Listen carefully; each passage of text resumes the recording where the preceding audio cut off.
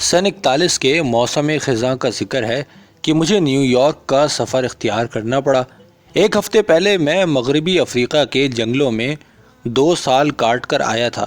میری بدقسمتی کے ان دنوں میں نے جتنے جانور پکڑے ان میں 8 چمپینزی بندر بھی شامل تھے، جن کے بارے میں نیو یارک کے چڑیا گھر والوں کو نہ جانے کس طرح پتہ لگ گیا، اور انہوں نے مجھ سے تار کے ذریعے درخواست کی کہ یہ سب کے سب بندر منہ مانگے داموں پر چڑیا گھر کے لیے فروخت کر دیے جائیں۔ ان میں سے 5 نر تھے اور 3 مادہ چمپینزی۔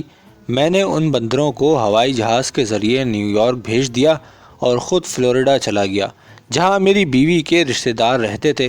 فلوریڈا میں قیام کے لیے ابھی چند ہی روز گزرے ہوں گے کہ میرے ایک ہم پیشہ اور ہم مذاق دوست نے مجھے نیو یارک آنے کی دعوت دی اور لکھا کہ اگر تم میرا خط ملنے کے تیسرے دن نیو یارک نہ پہنچے تو میں خود فلوریڈا آ جاؤں گا اور تمہاری زندگی تلخ کر دوں گا۔ اس دھمکی آمیز خط کے تیور بتاتے تھے کہ لکھنے والے کے حکم کی تعمیل نہ کی گئی تو وہ یقیناً مجھے پریشان کرنے کے لیے ہر ممکن کوشش کر گزرے گا۔ پس میں نے سسرال والوں سے اجازت لیے بغیر چپکے سے جہاز کا ٹکٹ خریدا اور نیو یارک کے لیے روانہ ہو گیا۔ نیو یارک پر پہنچتے ہی مجھے شرارت سوجھی اور اپنے دوست سے ملنے کے بجائے میں سینٹرل پارک کے ایک ہوٹل میں ٹھہر گیا۔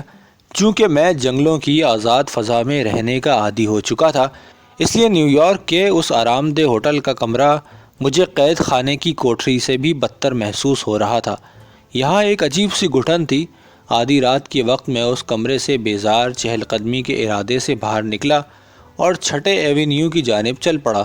گھومتے گھومتے 42 اسٹریٹ کے سرے پر آیا تو ایک چھوٹا سا ریسٹورنٹ دیکھ کر طبیعت مچل گئی۔ پیاس لگ رہی تھی، کچھ پینے کے ارادے سے بے دھڑک اندر داخل ہو گیا، لیکن اندر جاتے ہی جس شخص سے سب سے پہلے نظریں چار ہوئیں وہ میرے پرانے دوست رینیس کے سوا اور کوئی نہ تھا۔ وہی رینیس جس کا دھمکی آمیز خط مجھے فلوریڈا میں مل چکا تھا۔ میں نے اسے ٹھیک 6 سال بعد دیکھا تھا اور پہچاننے میں شبہ اس لیے نہ تھا کہ اس کے دائیں رخسار پر گہرے زخم کا لمبا نشان صاف دکھائی دے رہا تھا۔ زخم کا یہ نشان ایک افریقی چیتے کے پنجے کا تھا جس کا تعقب رینیس کر رہا تھا، اور میری اس سے پہلی ملاقات بھی اسی مہم کے سلسلے میں ہوئی تھی۔ رینیس ارجنٹائن کا باشندہ تھا اور سونے کی تلاش میں افریقہ آیا تھا، لیکن جب سونا نہ ملا تو وہ چڑیا گھر کے لیے جانور پکڑ پکڑ کر فروخت کرنے لگا۔ مجھے دیکھتے ہی وہ چیتے کی مانند میری جانب لپکا۔ اس کا گھونسا میرے جبڑے پر پڑتا اگر میں پھرتی سے اچھل کر ایک طرف نہ ہٹ جاتا۔ وہ اپنے ہی زور میں آگے پڑی ہوئی کرسی سے ٹکرایا۔ اتنی دیر میں اسے اپنی باہوں میں جکڑ چکا تھا۔ اس کے منہ سے مغلظات کی بارش ہونے لگی اور میں ہنستا رہا۔ 2 بے تکلف دوست عرصے دراز کے بعد ملے تھے اور ایک دوسرے کو خوش آمدید کہنے کا بہترین طریقہ بھی یہی دوستانہ گالیوں کا تبادلہ تھا۔ جب یہ ہنگامہ ختم ہوا تو ہم اپنی اپنی کرسیوں پر اطمینان سے بیٹھ گئے تو میں نے کہا کہ تو یہاں نیو یارک میں کیا کر رہا ہے؟ کیا یہاں بھی کوئی سونے کی کان ڈھونڈنے آیا ہے؟ وہ زور سے ہنسا اور میرے ہاتھ پر ہاتھ مار کر کہنے لگا، اجی میں نے سونے کی ایسی کان ڈھونڈ لی ہے جس کا علم تمہارے فرشتوں کو بھی نہیں ہوگا۔ اچھا ہم بھی تو سنیں یہ کان کہاں واقع ہے؟ یہ فرانسیسی کانگو میں ہے، رینیز نے فخر سے سینہ پھلاتے ہوئے جواب دیا۔ اس کاروبار میں میرے ساتھ ایک اور آدمی بھی ہے اور ابھی ہم نے 3 گوریلے گرفتار کیے ہیں اور چند ہفتوں کے اندر ان گوریلوں کو امریکہ کے مختلف چڑیا گھروں میں فروخت کر دیا جائے گا۔ میں تمہاری خاطر اتنا کر سکتا ہوں کہ ایک گوریلا تمہارے ساتھ سستی قیمت پر صرف $5000 میں فروخت کر دوں۔ مجھے یقین ہے کہ جب تم اسے بیچو گے تو زیادہ دام وصول ہوں گے۔ سب بکواس ہے، میں اسمگل کیے ہوئے جانور نہیں خرید سکتا، اور خریدوں بھی تو کیوں، میرے پاس تو فی الحال $5000 ہیں بھی نہیں، میں نے جواب دیا۔ تمہاری قسمت، رینیز نے ہنس کر کہا۔ بہرحال ان 3 گوریلوں کو $20000 سے کم قیمت میں ہرگز نہ بیچوں گا۔ اگر ان کے خریدار یا نہ ملیں گے تو انہیں جنوبی امریکہ لے جاؤں گا۔ تم جہنم میں جاؤ یار، یہ کیا قصہ لے بیٹھے، کچھ اور باتیں کرو، کہو اتنے دن تم کہاں تھے؟ اس طرح میں نے گفتگو کا رخ پھیر دیا۔ وہ اپنے گزشتہ 6 سال کے کارنامے بیان کرتا رہا۔ میں نے اس شخص کی باتوں پر ذرا بھی دھیان نہ دیا کیونکہ وہ لمبی چھوڑنے کا عادی تھا۔ جہاں تک گوریلے پکڑنے کا تعلق ہے وہ قطعی جھوٹ تھا کیونکہ گوریلے صرف بیلجین کانگو میں پائے جاتے ہیں۔ اور وہاں بھی ان کی نسل تیزی سے ختم ہو رہی ہے۔ اس کے بعد وہاں کی حکومت نے ان گوریلوں کی حفاظت کے سخت انتظامات کیے ہوئے ہیں اور کسی ایرے غیرے کو جنگل کے اس حصے میں قدم رکھنے کی اجازت نہ تھی جہاں گوریلے رہتے تھے۔ تھوڑی دیر بعد جب اس نے پھر سے 3 گوریلوں کا ذکر کیا تو میں نے غصے سے کہا، رنیس خدا کے لیے تم مجھے اتنا بے وقوف نہ بناؤ، گوریلے صرف بیلجین کانگو میں پائے جاتے ہیں اور وہاں تم قدم نہیں رکھ سکتے، اس لیے یہ فالتو افسانے مجھے مت سناؤ۔ اب اس کے بھڑکنے کی باری تھی۔ اس نے میز پر گھونسا مارتے ہوئے کہا، تم خود بے وقوف ہو اور مجھے بے وقوف کہتے ہو۔ کیا تم سمجھتے ہو کہ گوریلے بیلجین کانگو کے علاوہ دنیا میں اور کوئی نہیں؟ ارے نادان، ابھی میں نے تمہارے سامنے افریقہ کے فرانسیسی استوائی خطے کا ذکر کیا ہے، بیلجین کانگو کی تو میں نے بات ہی نہیں کی۔ اس خطے میں اتنے گوریلے ہیں کہ جب سے کرۂ ارض وجود میں آیا ہے، بیلجین کانگو کی سرزمین نے اتنے گوریلے خواب میں نہ دیکھے ہوں گے، اور میں نے جہاں سے گوریلے پکڑے ہیں وہاں کے قبائلی باشندے انہیں شکار کر کر کے گوشت سے اپنا پیٹ بھرتے ہیں۔ بھائی یہ لمبی لمبی کہیں اور جا کر چھوڑنا، ان باتوں میں آنے والا نہیں۔ میں اچھی طرح جانتا ہوں کہ بیلجین کانگو کے علاقے کے سوا اصلی گوریلے کہیں اور نہیں پائے جاتے، بس اس سے زیادہ میں کچھ سننے کے لیے تیار نہیں۔ بہت اچھا، اب تمہیں یقین دلانے کا میرے پاس ایک ہی طریقہ ہے۔ رنیز نے غصے سے بل کھاتے ہوئے کوٹ کی جیب میں ہاتھ ڈال کر ایک تصویر نکالی اور میرے آگے پھینک دی۔ یہ 3 کمسن گوریلوں کی تصویر تھی جو خس و خاش کے ایک بڑے سے ڈھیر پر بیٹھے تھے۔ ان کو دیکھ کر اندازہ ہوتا تھا کہ ہر گوریلے کا وزن 40 پاؤنڈ کے لگ بھگ ہے۔ اس تصویر کو دیکھ کر مجھے سخت حیرت ہوئی اور رنیز کی کہانی پر یقین آنے لگا۔ اب میں نے اس سے تفصیلات پوچھنے کا ارادہ کیا، لیکن وہ 1 منٹ بھی بیٹھنے کو تیار نہ تھا۔ وہ ناراض ہو کر چلا گیا۔ میرا خیال تھا کہ ناراضی دور ہونے کے بعد رنیز مجھ سے ملے گا، لیکن وہ نہ آیا۔ اس کا 2 دن انتظار کرنے کے بعد میں واپس فلوریڈا چلا گیا۔ رنیز نے جب سے ان گوریلوں کی تصویر مجھے دکھائی تھی، میں اپنے آپ کو اس فکر سے آزاد نہ کر سکا۔ ممکن ہے وہ ٹھیک ہی کہتا ہو اور فرینچ کانگو میں بھی گوریلوں کی کوئی نسل آباد ہو۔ فرینچ کانگو کو آج کل سینٹرل افریقن ریپبلک کہا جاتا ہے۔ اس میں 4 علاقے شامل ہیں: گیبن، وسطی کانگو، یوبنگی شاری اور چڈ۔ 1960 میں ان 9 آبادیوں نے فرانس سے آزادی حاصل کی اور متحد ہو کر ایک جمہوری حکومت قائم کر لی۔ افریقن ریپبلک کا رقبہ 9,47,000 میل کے لگ بھگ ہے اور آبادی 50 لاکھ کے قریب۔ یہ علاقہ انتہائی زرخیز اور شاداب ہے، کہیں کہیں دلدلی خطے بھی ہیں۔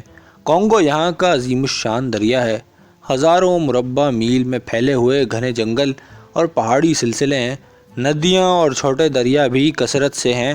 شمال مشرقی حصے میں ایک بلند اور وسیع و عریض سلسلہ کو پھیلا ہوا ہے جس میں ایک چوٹی ایمی کوسی 11,000 فٹ سے زیادہ اونچی ہے۔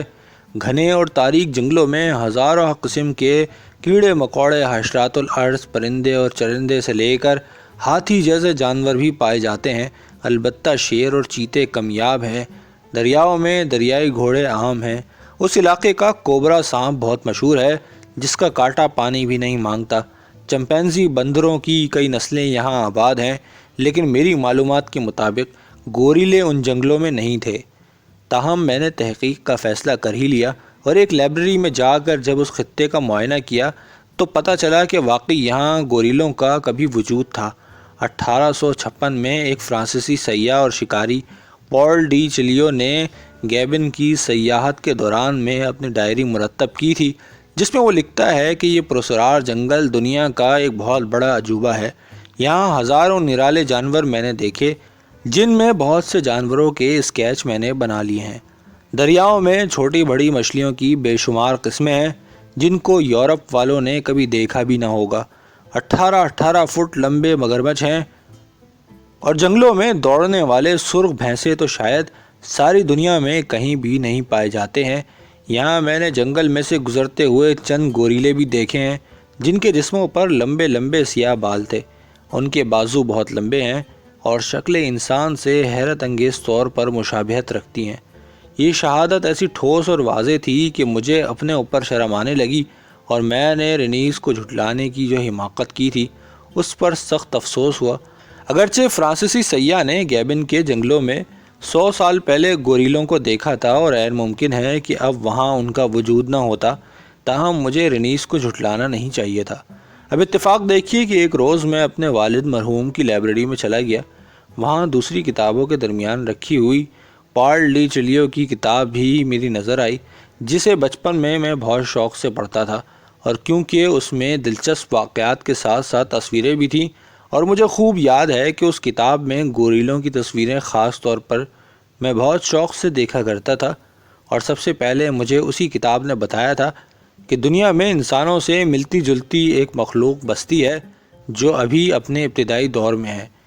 بعد میں جب میں نے انسان کی نشوونما اور ارتقاء کے مختلف نظریات سے آگاہی حاصل کی تو گوریلوں سے میری دلچسپی بڑھتی چلی گئی، اور پھر قسمت نے مجھے ایسے میدان میں ہمیشہ کے لیے لا کھڑا کیا جہاں مشقت اور جان جوکھوں کا کام کیے بغیر روزی ملنا محال تھی۔ میرا مطلب افریقہ اور امریکہ کے جنگلوں میں جا کر فلم سازی سے ہے، جو اب میرا پیشہ بن چکا ہے، اور یہ کہنا مبالغہ نہ ہوگا کہ اس فن میں میرے حریف بہت ہی کم ہیں۔ رینیس نے مجھے جو خط لکھا تھا اس میں اس کا پتہ بھی درج تھا۔ بعد میں جب میں نے خط تلاش کیا تو مجھے نہیں ملا۔ اب میں رینیس سے ملنے کے لیے بے چین تھا اور بار بار افسوس کرتا تھا کہ میں نے اسے فالتو میں ناراض کیا۔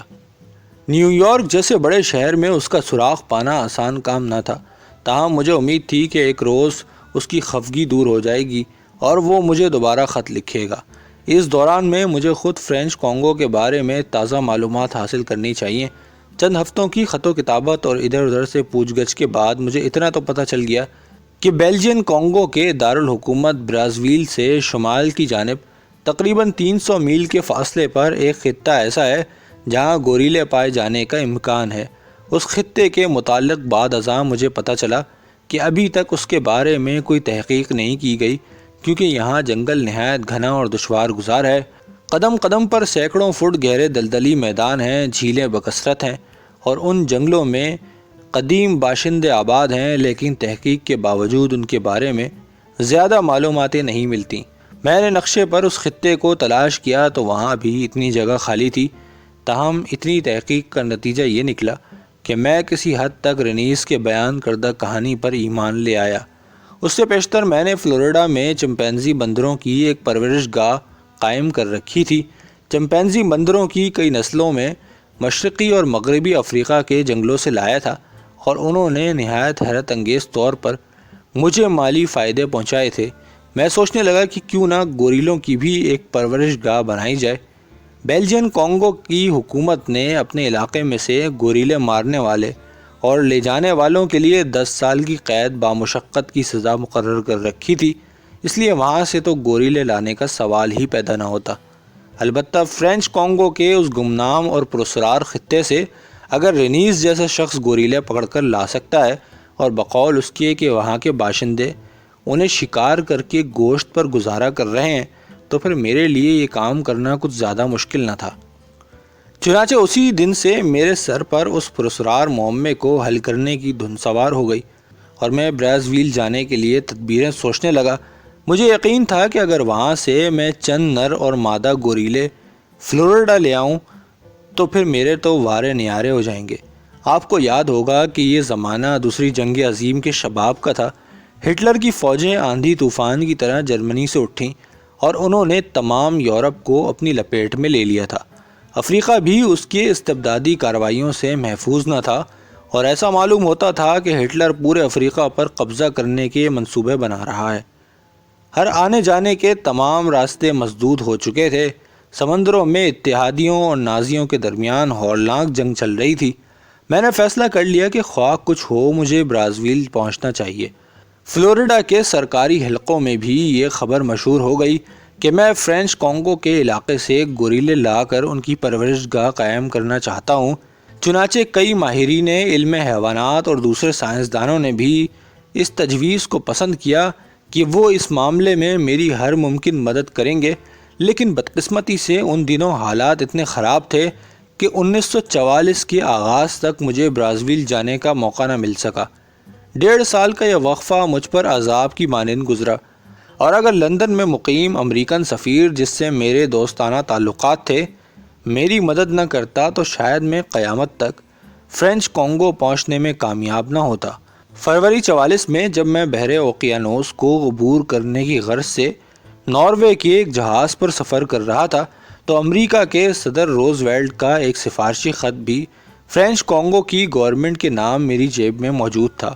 ہمارے پاس سامان کی مقدار بہت کم تھی، 2 ہلکے پھلکے بستر، کپڑے اور پڑھنے کے لیے کچھ کتابیں، کیمرہ اور اس طرح کے دوسرے سامان ان کے علاوہ تھے۔ اگرچہ میرا پروگرام اس مرتبہ فلم سازی کا نہ تھا، تاہم احتیاط کے تحت میں نے کیمرہ لے جانا بھی مناسب سمجھا۔ 16 ملی میٹر کا کیمرہ اور 20,000 فٹ لمبی رنگین فلم، بس یہ 2 چیزیں میرے پاس تھیں جن کا وزن 45 پاؤنڈ سے زیادہ نہ تھا۔ بحر اوقیانوس کا یہ ہولناک سفر بھی مجھے ہمیشہ یاد رہے گا۔